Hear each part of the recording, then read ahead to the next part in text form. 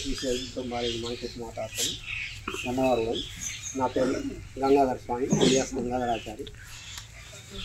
నేను చెప్పేది ఒకటే, భక్తులందరికీ, తర్వాత మీరందరూ కానీ ఇతర ఆసుపత్రులకు కానీ అందరికీ మనం చేసేటప్పుడు ఇది ఓంకారేశ్వర శ్రీ జగద్గురు బాలి మాంకేట్ మాతాశ్రమాన్ని 1980లో నెలకొల్పడం జరిగింది. అది అమ్మగారు కర్ణాటకలో ఉంటారు. ఆ అమ్మ నిరాహారి, 85 సంవత్సరాల అన్నమాహారం మలమూత్రం లేదు. ఆ అమ్మ యొక్క ఆజ్ఞానుసారంగా, ఆ అమ్మ యొక్క ధర్మంగా, అహింసా సిద్ధాంతం ప్రకారంగా ఈ ఆశ్రమం నెలకొల్పబడింది. ఇదంతా పబ్లిక్ ప్రాపర్టీ, పబ్లిక్కి సంబంధించినటువంటి, పబ్లిక్ సేవ చేయడం కోసం చిన్నటువంటిది. ఇది అందరిది, మనందరిది, మా ఒక్కరిది కాదు. అందులో కూడా మేము సేవాభావంతో సేవ చేస్తున్నాం. దాన్ని 80 నుంచి స్టార్ట్ చేసేసి ఇప్పటివరకు ఈ సేవాభావం ఇవన్నీ జరుగుతున్నాయి. అమ్మ యొక్క కార్యక్రమాలు, యజ్ఞము, యాగము అన్నీ కూడా భక్తి మార్గంలో జరుగుతున్నాయి.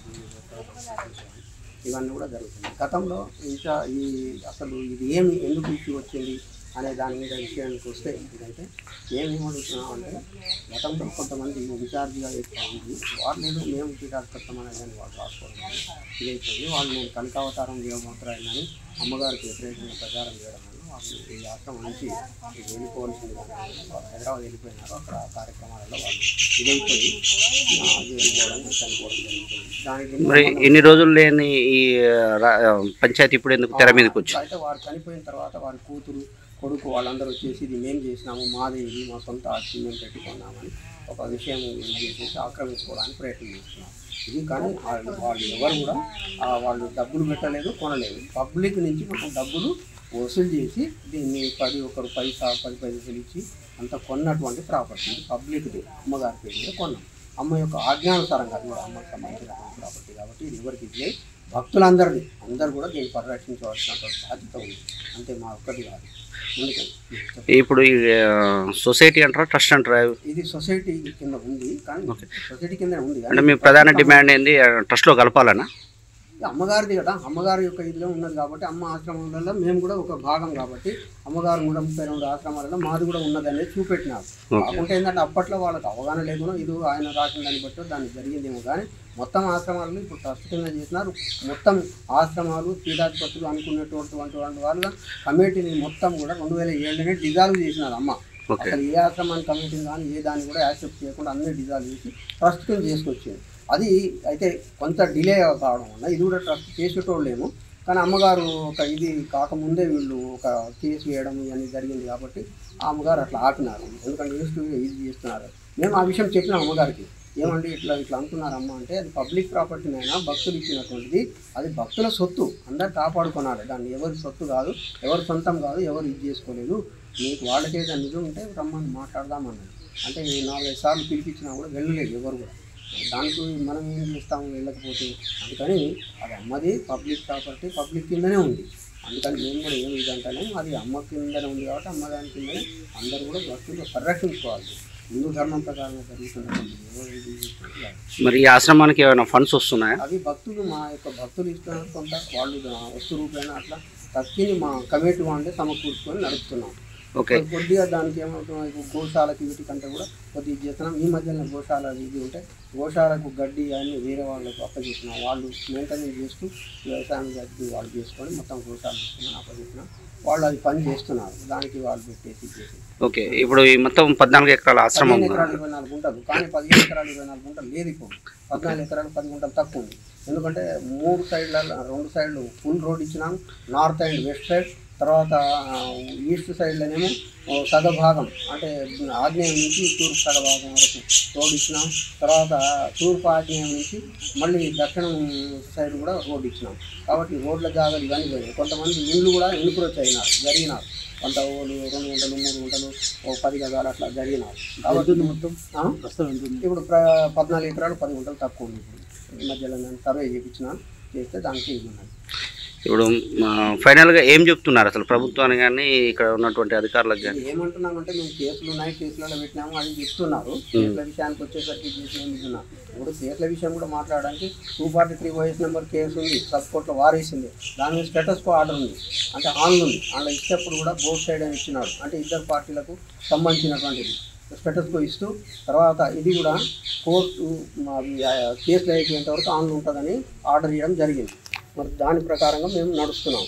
వాళ్ళు ఏమో ఇది చేస్తున్నారు, మేము ఇంకో దాని మీద డిస్ట్రిక్ట్ కోర్టులో కేసు వేసినాం, అది డిస్మిస్ అయింది. దాని మీద అప్పీల్ చేసినాం హైకోర్టులో, అది ఆన్లో ఉంది. ఎప్పుడైతే డిస్ట్రిక్ట్ కోర్టుని దాని మీద అప్పీల్ చేసినామో, ఏదైతే కేసు ఉన్నదో ఆన్లో ఉన్నదో, అప్పుడు ఈ డిస్ట్రిక్ట్ కోర్టుది జడ్జిమెంట్ ఆన్ ఉన్నట్టు కాదు, అది కేసు పెండింగ్ ఉన్నట్టు లెక్క.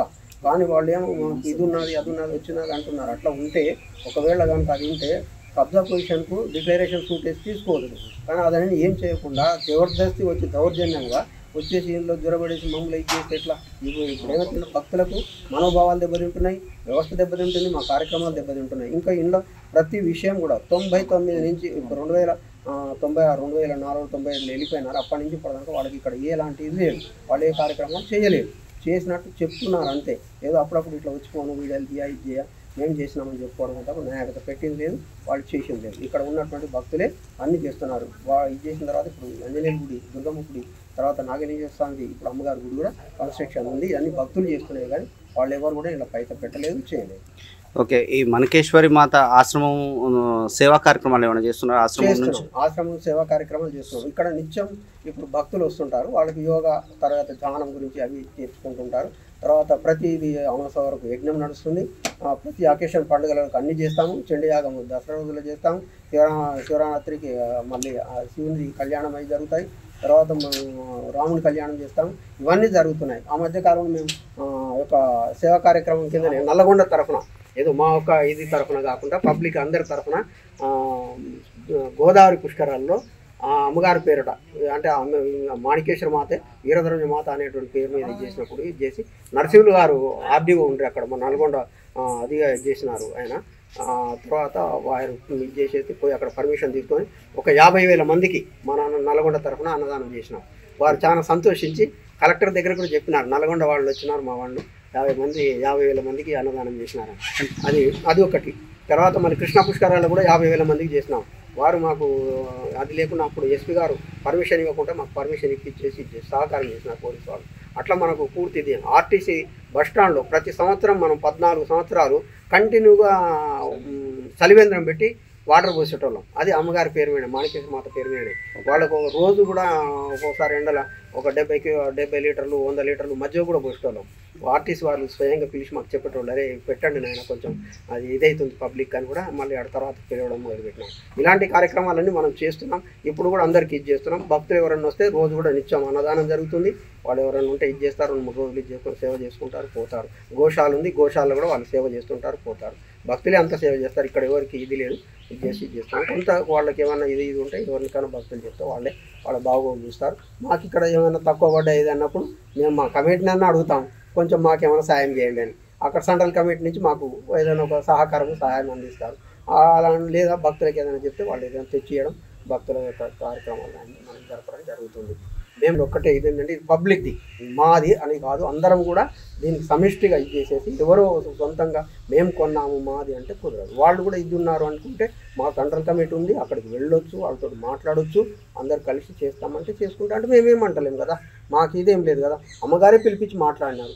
మాకు అమ్మతో సంబంధం లేదు అంటే అమ్మ పేరు పెట్టుకొని అమ్మ యొక్క ఇది ధర్మం నడుపుతామని ఆ రోజులలో ఇది చేసేసి అమ్మ పేరంటే డబ్బులు వసూలు చేసుకొని ఇది చేసేసి ఇప్పుడు మేము అట్లా కాదు ఇట్లా అని చెప్తే మేము దానికి ఏం చెప్పేందుకు వెళ్తున్నాము. ఇంకా అది వారి విజ్ఞతకే వదిలిపెట్టేస్తాం.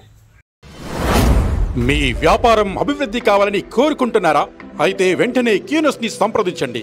Schools, colleges, banks, shops, office promotions, land promotions, political promotions, restaurant promotions, hospital promotions, పుట్టినరోజు వేడుకలు, శుభకార్యాలు, వ్యాపారాలు ఏవైనా, సందర్భం ఏదైనా ఇప్పుడే క్యూనస్ ద్వారా తెలియజేయండి. మీ వ్యాపారాన్ని అభివృద్ధి చేసుకోండి.